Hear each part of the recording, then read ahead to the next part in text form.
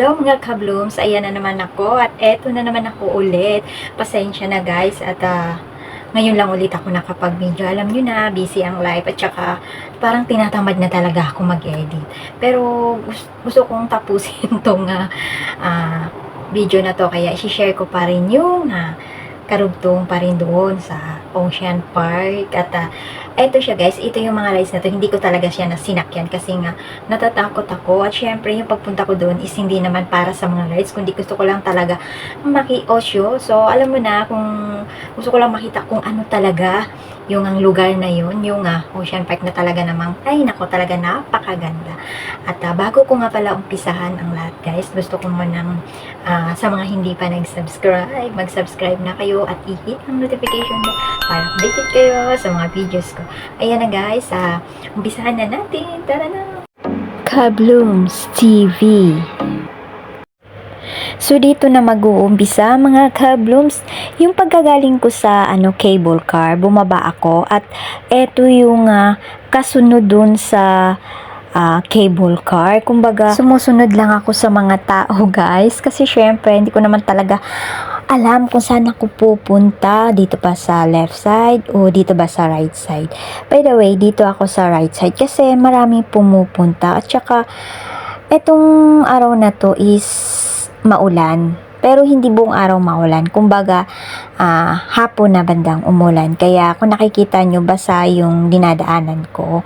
Pero okay lang yun guys. Kasi ang ulan naman dito is saglit lang siya. Hindi siya maghapon. Basta pag umulan ng sobra, saglit lang. So dito guys, pagpunta mo rito, ito yung unang rides na makikita mo. Ayan.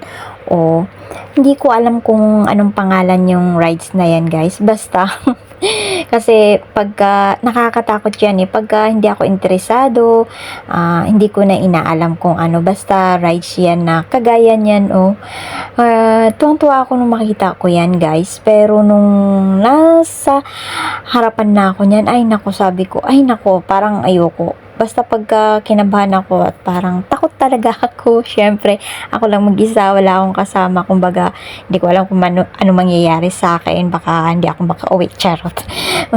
By the way guys, ayan na. Dito yung mga rides na nakakatakot. Kumbaga, para sa akin hindi naman lahat. Pero meron din siyang yung parang games na pambata. Basta, siya, dito sa area na to, parang naka-circle kasi siya Kaya, kung gusto mo dun sa kabila, so madali mo siyang mapuntahan kasi nga magkabilaan yung palaruan. Yun yung kagandahan dito. Ayan guys, ipapakita ko sa inyo mamaya yung mga palaruan. Kagaya nito, ayan, siya, parang pambata, pwede pambata. Tapos, lakad pa tayo ng konti. Makikita natin din yung kagaya dito sa kabila na to. Ayan.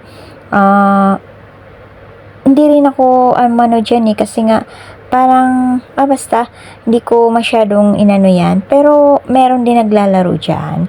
At dito naman sa part na to, ayan, di ba, magkabilaan, mahaba yan guys, hanggang dulo yan.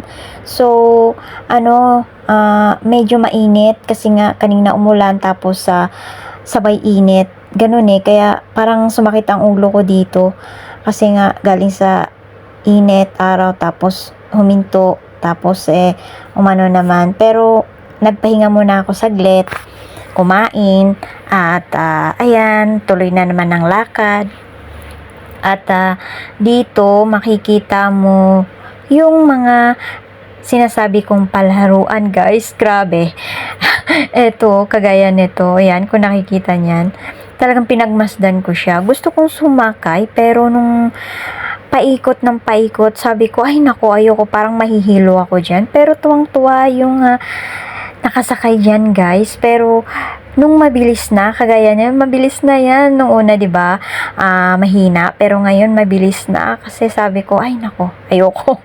Kaya hindi ko talaga sinakyan yan hanggang pinanood ko lang sila. At binidyohan naman. Ayun. Tapos, pagkatapos nito guys, dito naman sa kabila, So, eto siya guys. Yan yung sinasabi ko sa inyo na, ay nako, testing lang yan. Walang nakasakay dyan. Pero nung makita ko yan na pinaandar, ay sabi ko, ay nako, lalong sticky ta sa sakyan. Kita mo naman, di ba? Baba, taas, baba. Tapos, hindi ko alam kung, ay nako, basta. Hindi ko talaga, yung pagsakay. Kasi talagang, bigla kang bababa eh. Kaya, pasensya na at hindi ko talaga sinakyan, pero maganda siguro yan sa iba. At eto naman, itong sa kabila, ito na side na to, eto, dito ako sumakay kasi nga ang daming nakapila dito, hindi kagaya dun sa isa yung bago na is walang nakapila. Tapos eto, ang daming nakapila, so dito ako nakipila at sumakay. Tinanay ko naman siya, syempre nung makita ko kasi dahan-dahan yung pag-ikot, so, inobserbaran ko muna yung ikot niya, di ba mabilis, at okay naman siya guys. Kumbaga, na experience kong taas, siya parang Ferris wheel kagaya nito, yung pagbaba na, dahan-dahan lang siya hanggang sa pagbaba. So, hanggang dito lang yung video na guys. Kasi hanggang dito lang ako nag-video na to. At sa susunod naman iba naman yung ipapakita ko pa rin sa inyo na napuntahan ko. So, salamat sa panonood guys. Until next time. Bye-bye.